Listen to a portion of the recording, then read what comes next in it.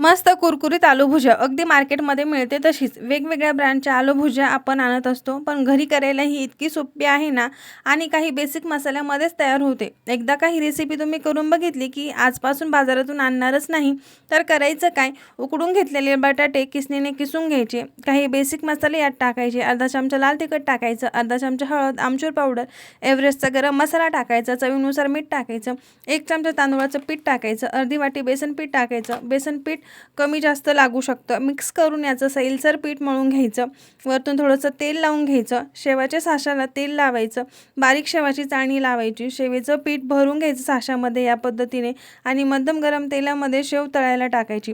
Bubbles कमी होईपर्यंत शेव पलटायची नाही. बबल्स कमी झाले की उलटून घ्यायची शेव. शेव तळून झाली की याच्यावर चाट मसाला टाकायचा, मिक्स करायचा. लहानांपासून ते मोठ्यांपर्यंत आवडणारी घरच्या घरी आलू भुजिया तयार झाली. व्हिडिओ सेव्ह करून घ्या आणि तुम्ही पण एकदा नक्कीच ट्राय करून बघा.